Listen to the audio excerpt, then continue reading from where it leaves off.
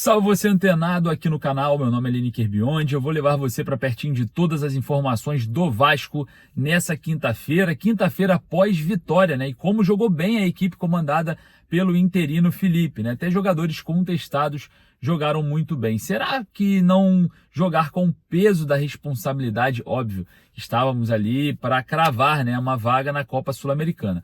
Mas a responsabilidade contra o rebaixamento ou responsabilidades maiores como uma vaga na Libertadores ou na pré-Libertadores, deixou de pesar nas costas desse elenco? Vamos falar sobre isso porque a gente vai traçar todos os pontos a respeito também de performances individuais. Mas antes, vamos falar também sobre Evangelos Marinakis. Ontem, em São Januário, parece que a torcida já escolheu o seu favorito. E eu queria saber o seu, né? Então marque ali embaixo nos comentários quem você acha que deve ser aí o acionista majoritário na Vasco SAF. Muita gente de grego, bandeiras da Grécia, enfim. A torcida do Vasco é sensacional, né? A torcida do Vasco quando pega alguma coisa para engajar, e a gente sabe que a figura do Marinakis ali, né, do grego, um cara mais forte, com posicionamentos fortes, e também a respeito que ele falou sobre grandeza, torcida, enfim. Tem muita coisa pra gente falar no vídeo de hoje. Mas antes, deixa o joinha para dar aquela moral lá embaixo, vai lá nos comentários, sempre deixar sua opinião, que é a base aqui do nosso trabalho. E você que gosta de palpites esportivos, já vou deixando a dica do dia. No primeiro comentário fixado tá lá o link da Estrela Bet. A Estrela Bet é patrocinadora aqui do nosso trabalho e te dá R$ 500 de bônus, beleza? Então clica lá, tô indo lá agora, vou fazer os meus palpites aí para a última rodada do Campeonato Brasileiro. Vou fazer aquela combinada e corre lá também na Estrela Bet para aproveitar esses quinhentão aí pra gente bater aí um palpite nessa última rodada do Brasileirão. Fechado? Solta a vinheta, bora pro vídeo. Tem bastante coisa pra gente falar hoje.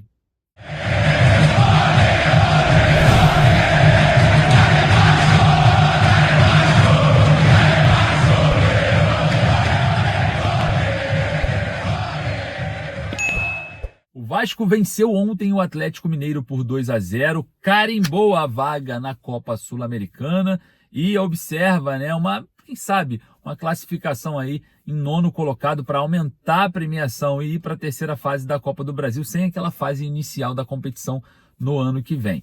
Para isso, o Vasco vai ter que vencer o Cuiabá e torcer para outros resultados não acontecerem. É possível? É, mas a situação envolvendo a vaga na Sul-Americana já tira um peso que não é tão pesado assim das costas desse elenco.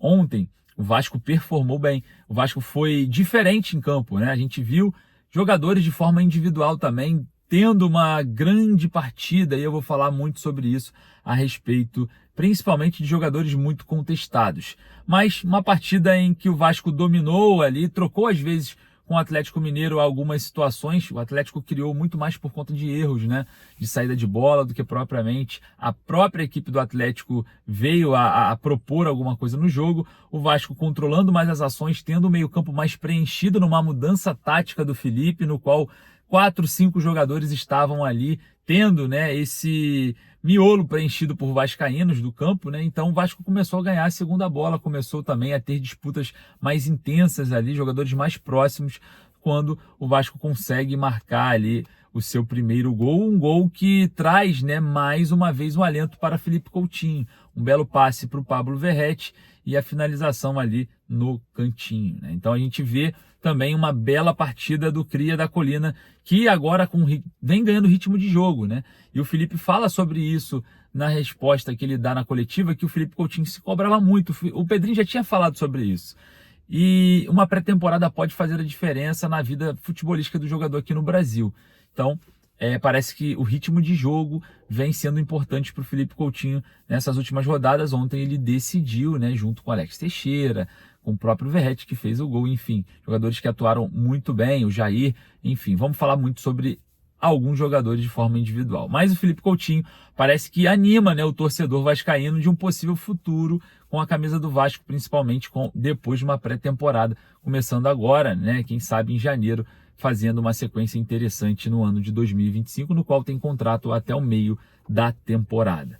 Observando também outros jogadores, o Alex Teixeira, que a gente já tinha informação que treinava muito bem, era um jogador que tinha um aproveitamento no treino muito interessante, e agora com o Felipe vem recebendo mais oportunidades, né? E sim, jogando muito bem. o Alex Teixeira em conjunto, né, com jogadores próximos a ele consegue ter um aproveitamento melhor, porque segura muito bem a bola, é um jogador muito técnico, precisa apurar, obviamente, algumas questões físicas e de velocidade, sim, mas é um jogador que sabe trabalhar muito bem com a bola nos pés, com a posse de bola, e a gente vê, né, que o Vasco evolui com o Alex Teixeira em campo diante de um cenário de uma mudança de estrutura tática, óbvio. Se a gente for colocar o Alex Teixeira de ponta pela direita, não vai funcionar. Ele joga ali meio que como segundo atacante, um meia atacante ali, mais com aproximações pelo meio do que propriamente pelas pontas. Então a gente observa, né, o Alex Teixeira também se ressurgindo nessa fase final de Campeonato Brasileiro.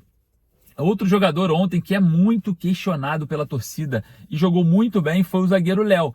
O zagueiro Léo foi muito bem na partida de ontem, venceu todos os duelos, principalmente com o Hulk. Foi um jogador importante também nesse primeiro combate, nessa primeira bola. Foi uma partida do Léo muito rara, né, de acontecer diante de um cenário de um ano completo. Mas vamos lá. O Léo, ele sempre tem esse peso da situação envolvendo não só um jogo com responsabilidade, mas também com pressão da torcida. Como ontem não tivemos pressão da torcida e nenhuma alta responsabilidade, um alto nível de responsabilidade, como eu falei anteriormente aqui no vídeo, Libertadores, rebaixamento, o Léo ele se sobressai, porque psicologicamente é um jogador frágil. E a gente já sabe disso desde o ano passado. Então, quando entra em campo sem praticamente nenhuma responsabilidade, muito mais leve, muito mais solto, o Léo ontem até abriu a boca para reclamar com o árbitro, para orientar os seus companheiros dentro de campo, coisa que não acontece quando a torcida do Vasco faz a primeira vaia ou tem uma pressão por conta de coisas maiores. Resumindo, o Léo é um jogador que, quando tem o peso da responsabilidade, ele não consegue performar. Quando não tem, joga bem. Serve para o ano de 2025? Para mim, não, porque essa equipe do Vasco, pensando num possível sócio majoritário, pensando em coisas maiores, vai ter sempre uma responsabilidade, vai ter sempre o peso da vaia do torcedor. Então, quando não temos esse mix de coisas que são normais no futebol, o Léo joga bola. Então, tem que jogar em equipes que não tem pressão. E o Vasco é pressão o ano inteiro. O Vasco é um time gigante, com uma torcida gigante, com pressão o tempo inteiro, e assim vai ser para o resto da vida. Então, na minha opinião, o Felipe fala, né, acerca da permanência do Léo, que o Léo é um jogador raro, veloz, jogador com a perna esquerda, não tem no mercado, mas o fator psicológico no qual derruba o atleta, que é algo pessoal dele. Ele não é um zagueiro de personalidade que vai se impor psicologicamente, enfim, ele não é, ele sente o baque, ele sente a pressão da torcida, ele sente a responsabilidade. E ontem, como esse jogo não tinha tantas misturas assim, tantos temperos dessas origens, o Léo, ele joga teoricamente bem, né, na partida, foi um dos melhores em campo. Mas para mim não serve para o próximo ano por conta dos fatores que eu acabei de citar. Bom, Coutinho, Alex Teixeira bem, o Léo bem, o Jair também, né, voltando muito bem após a lesão. Fez uma partida excepcional, um jogador que tem uma técnica apurada, jogou muita bola em conjunto com o Hugo Moura e Matheus Carvalho também com muita intensidade no jogo de ontem, ajudando muito o Jair, né? Principalmente nesse caminho de percorrer alguns passos que ficam ali na intermediária, e o Jair se sobressai também por conta dessa saída de bola, né? Que é o forte do Jair, diga-se de passagem. O Léo Jardim quase deixou ele 2 vezes vendido ali na entrada da área, né? Até ele se desculpou ali durante o jogo, mas uma partida muito interessante do Jair. O Lucas Piton, ele volta, né, a ter assistência, só que agora para o Coutinho. Então isso também é uma parte importante para o lateral esquerdo. E, obviamente, né, a gente vai falar do Pablo Verratti, que marca e quebra ali uma sequência de jogos sem marcar um gol, né? Já estava incomodando o Pirata. Com isso, o Vasco carimba, né, a vaga carimbada, a vaga na Copa Sul-Americana, Copa Internacional, em que o Vasco não disputava desde 2019. Então, vamos lá.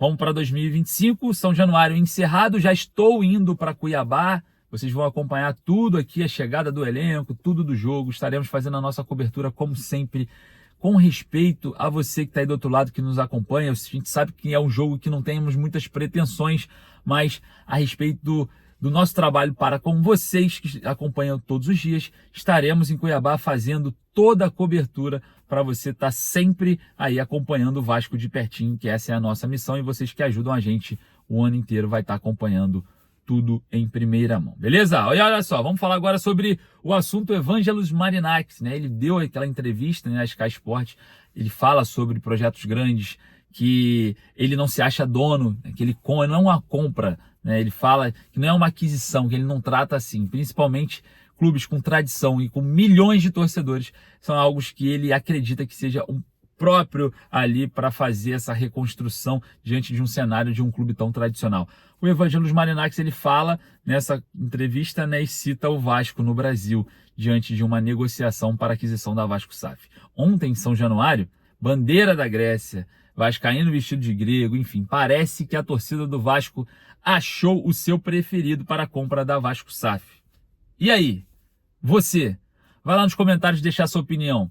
Se o Evangelos Marinákis é o seu preferido, vai lá nos comentários, bota o @ do Evangelos Marinákis e se ele é o seu preferido ou não. Beleza, galera? Eu vou ficando por aqui, daqui a pouco eu volto com mais informações, translado, né? Vamos fazer aí todo o percurso para Cuiabá, para você acompanhar tudo em primeira mão aqui. A gente vai trazer para vocês em cima do lance. Beleza? Forte abraço, saudações vascaínas.